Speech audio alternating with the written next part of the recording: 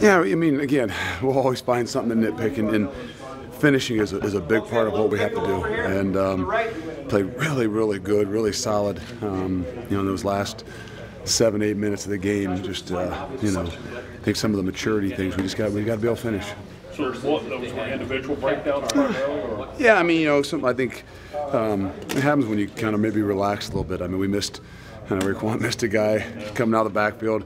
Kind of thought he was blocking and I called it a Ryan Shazier, trying to think you could go wrap on the quarterback. Then we took a couple shots down the field, lost a couple guys, and made it a little tighter than we really needed to. So.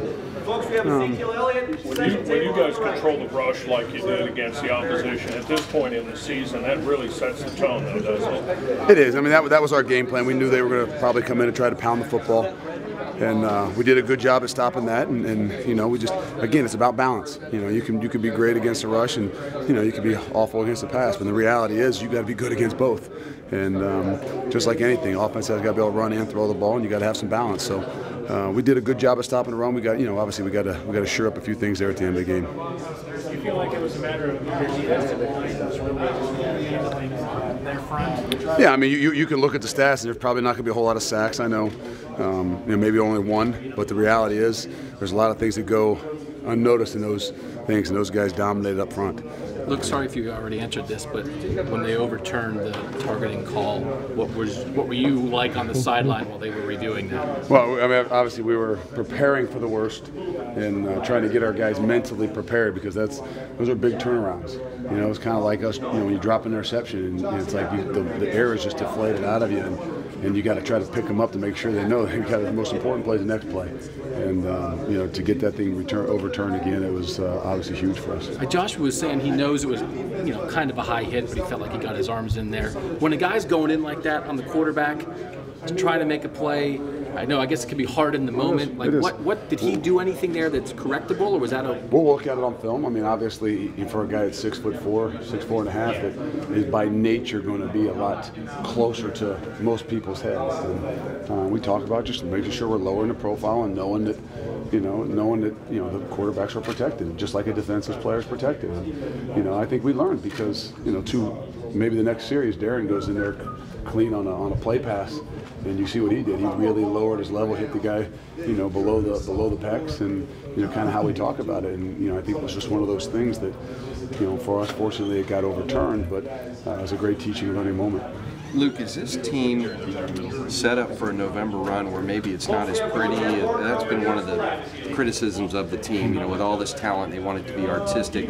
If the games continue to go like this in November, where they're more physical, it gets colder out, it's a little rock'em sock'em Big Ten football. Is this team going to be okay with that? Yeah, I mean, again, it's going to come down to playing to the things that are your strengths, and we all want things to look real pretty, and the reality is this is a team, and if you're riding one side or one other, I mean, it is what it is, but we're going to get everybody's best shot, and I think not that we didn't in the past, but even the way things went last year and stuff, it's you're going to get a lot of people's best shots, and we got to be prepared for it. Do you talk about that though with the kids? Like, let's quit worrying about style points. It looks like we control our own destiny. Let's just make sure. Like Cardale was up here, asked about if he was trying to make his case. He said no, emphatically.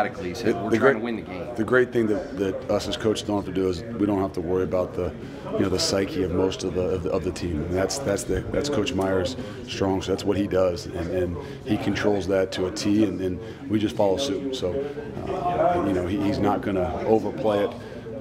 But the reality is he knows this is about being a team, and the tighter we come together through adversity and situations that might not be as pretty, the better we'll be in the long run. We seem like we always talk about playmaker when we talk about Von Bell, but just has he raised his overall game this year? Yeah, we've kind of. What he's done, we've always thought he had that playmaking ability. What you see from him more is consistency. Yeah. The way he practices, the way he studies, the way he goes about his business. He's a guy that has really raised his level. We knew he had that ability, but the preparation and the things that he does to, is kind of following suit with how he's playing on the field. Because I guess, you can be that guy. He had 6 picks last year, but you can be that guy who makes that play. But then if you take a bad angle or you blow a coverage the next play, then what's the point? I've been here long enough to know that there's a few guys that go down in history as being big-time playmakers, but at times their coaches are pulling their hair out about the things that they do and how they do them. And Vaughn is not like that. He's a guy that really studies the game and has become a real pro at handling the things and doing the things the right way.